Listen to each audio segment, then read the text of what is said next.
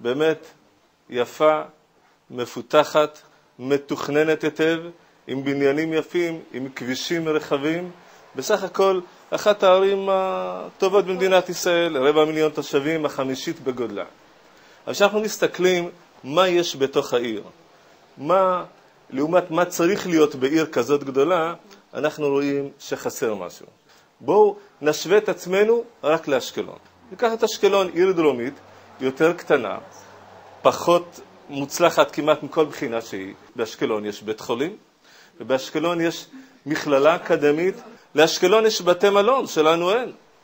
לאשקלון יש פארק, אמרת פארק ראוי לשמו. לאשקלון יש טיילת מאוד אפקטיבית, לא כמו שלנו. לאשקלון יש חניון מסעיות, דבר קטן, אבל חשוב שבבוקר לא נתעורר עם הרעש של המסעיות. לאשקלון יש פארק מים, לקחת את הילדים לטייל וליהנות בקיץ. בקיצור, יש לנו עיר עם מעטפת יוצאת מן הכלל, אבל בלי נשמה, תוכן חסר.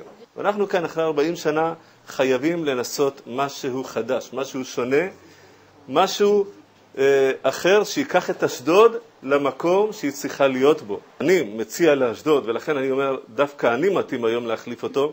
יש לי בשורות, יש לי תוכניות שנותנות מענה לכל הבעיות או למרבית הבעיות שאת העלית. אני אומר לכם, אני מכיוון שיש לי את הניסיון ויש לי את היכולת ויש לי את האנרגיות, אני 10 שנים בפעילות ציבורית, הייתי חבר מועצה מן המניין, הייתי חבר כנסת, אני מלא מקום ראש עיר 5 שנים, עם הצלחה בכל התחומים שאני החזקתי בהם.